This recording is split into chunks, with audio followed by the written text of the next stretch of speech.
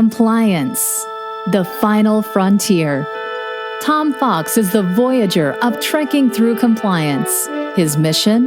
To explore the original series and seek out and share what it can teach you about compliance. Here's your host, Tom Fox.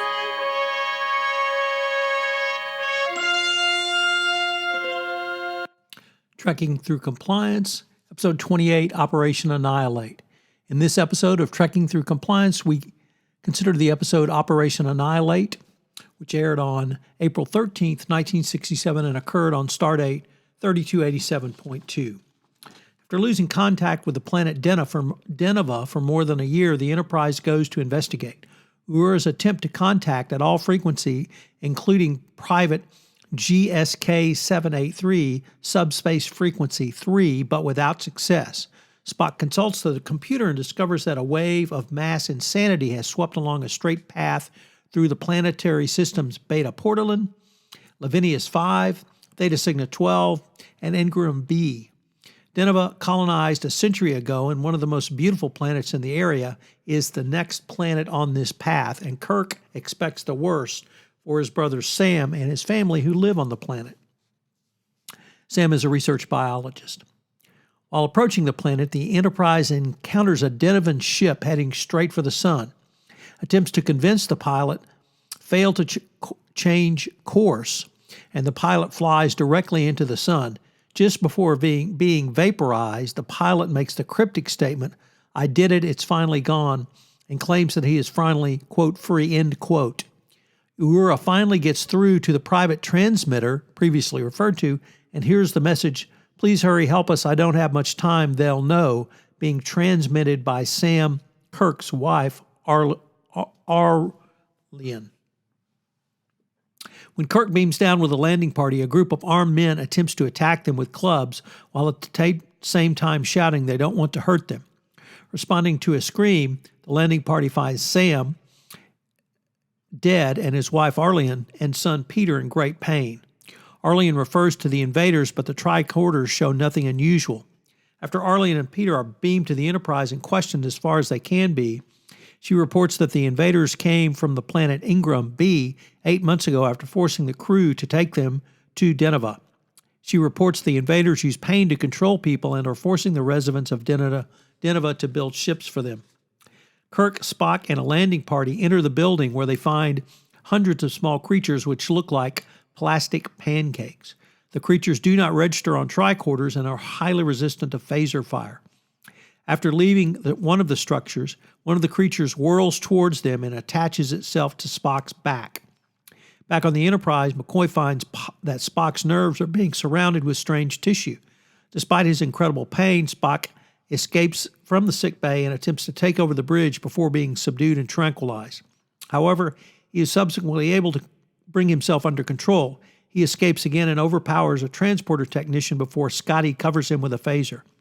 He points out to Kirk that he is the reasonable choice to beam down to the planet to collect an alien for study since his nervous system is already compromised, and Kirk allows him to do so. On the planet's surface, he is attacked by a man wielding a pipe, but he is able to overpower him. He then phasers one of the alien pancakes and places it in a red specimen box using a pair of plastic tweezers. An analysis of the alien by McCoy shows it to be a one-cell creature resembling a brain cell.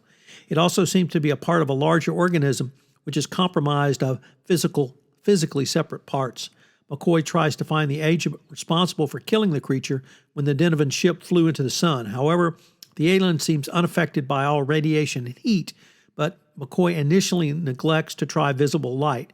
He finds that the intense light kills the study specimen, and Spock volunteers to see if the light kills the alien material wrapped around the nerves within his body.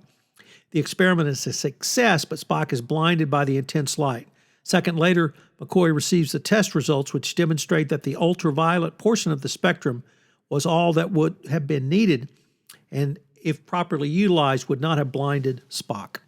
The Enterprise consequently rigs the planet with 210 ultraviolet trimagnesium iridium satellites, which bathe them in ultraviolet light and kill the aliens.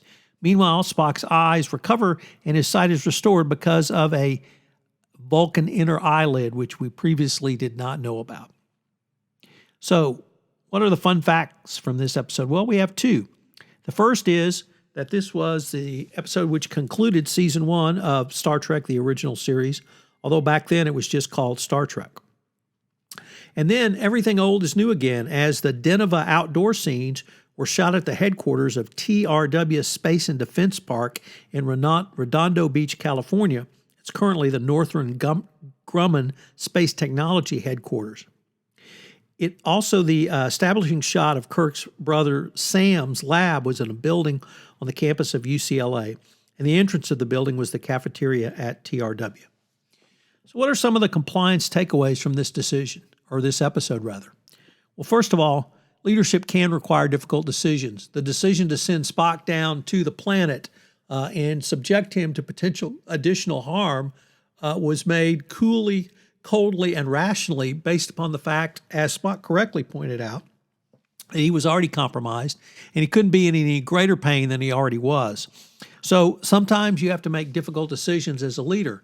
We can transpose this from the mistake that Dr. McCoy made, not realizing that the ultraviolet portion of the light spectrum was all that was needed, and Spock would not have been initially blinded had McCoy recognized this. So get your information in before you make decisions, I suppose, is the takeaway there. And that leads to number 2, data analytics will be the key for compliance professionals into 2020 and beyond, and that really ties into the point 2 I just raised about Dr. McCoy. If Dr. McCoy had all the data in front of him, he could have made a decision which would not have at least temporarily blinded Spock. And finally, number 3, what is the triage for your internal reporting? How do you determine what level of investigation you should take based upon the initial intake you receive from your internal reporting?